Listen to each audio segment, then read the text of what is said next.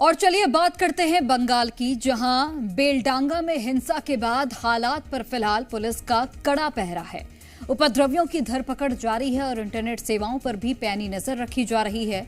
लेकिन सवाल अभी वही कि क्या चुनाव से पहले बंगाल को जानबूझकर अशांत करने की कोशिश हो रही है?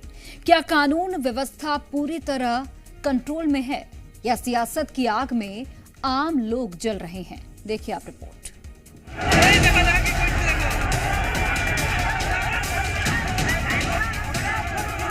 हंगामा, प्रदर्शन,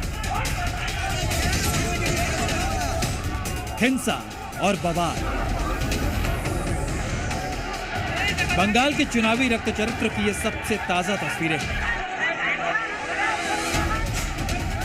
हिंसा की शुरुआत शुक्रवार को झारखंड में मुर्शिदाबाद के एक प्रवासी मजदूर अलाउद्दीन की हत्या को लेकर विरोध प्रदर्शन से शुरू हुआ।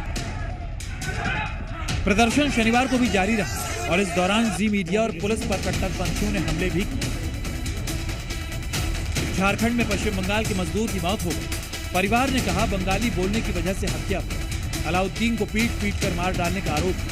झारखंड पुलिस ने आत्महत्या का मामला बताया। झारखंड पुलिस के दावे पर बेलडांगा के लोग भड़क गए। प्रदर्शनकारियों ने नेशनल हाईवे 12 को रोके रखा। सियालदह लालगोला रेल मार्ग भी घंटों बाधित रहा। प्रदर्शनकारियों ने सरकारी संपत्ति को टारगेट किया। हालात बेकाबू होता देख पुलिस ने लाठीचार्ज किया और 30 उपद्रवियों को गिरफ्तार कर लिया। लेकिन सड़क की यह हिंसा अब सियासत के अखाड़े में तब्दील हो चुकी है। देश में क्या चल रहा है आपने देखा है, वही इसका रेप्लिकेशन हो रहा है, यहाँ पे रिपीटेशन हो रहा है। तो इसलिए भारतीय जनता पार्टी की सरकार जरूरी है। देखिए, कभी जम्मू एंड कश्मीर में पथराव होता था, अब वहां पे भी बंद हो चुका है। ममता बनर्जी ने यहाँ पे उसी पत्थरबाजों को शायद लगता है कि इधर उठा के लेके चले आए। पत्थरबाज तो नहीं आते, लेकिन मानसिकता आ जाती है। इसलिए बंगाल को बचाना है तो ममता बनर्जी को यहाँ से जाना पड़ेगा, नहीं तो बंगाल पत्थरबाजों की जमीन बन जाएगी। अब सवाल सीधे सीधे उठ रहे हैं। क्या बेलडांगा प्रशासन के कंट्रोल से बाहर हो चुका है? पश्चिम बंगाल की कानून व्यवस्था बार बार सवालों के घेरे में क्यों है? और क्या बंगाल में अब भी कश्मीर मॉडल की सियासत जमीन पकड़ रही है? इन सवालों के बीच प्रधानमंत्री नरेंद्र मोदी ने ममता बनर्जी सरकार पर सीधा हमला बोला। बेलडांगा की हिंसा के लिए महाजंगल राज को जिम्मेदार ठहराया। बंगाल से टीएमसी के महाजंगल राज का जाना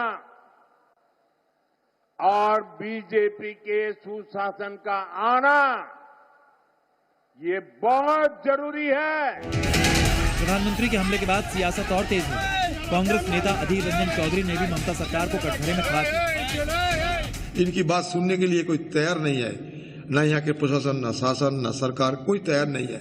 और आज भी लाठीचार्ज किए गए थे, वो हमारे भतीजे की रास्ता साफ सुथरा करने के लिए। लेकिन राजनीति से अलग जमीन पर हालात अब भी बढ़ाने वाले हैं। मुस्लिम बहुल मुर्शिदाबाद में बार बार भड़कने वाली हिंसा का असली कारण क्या है?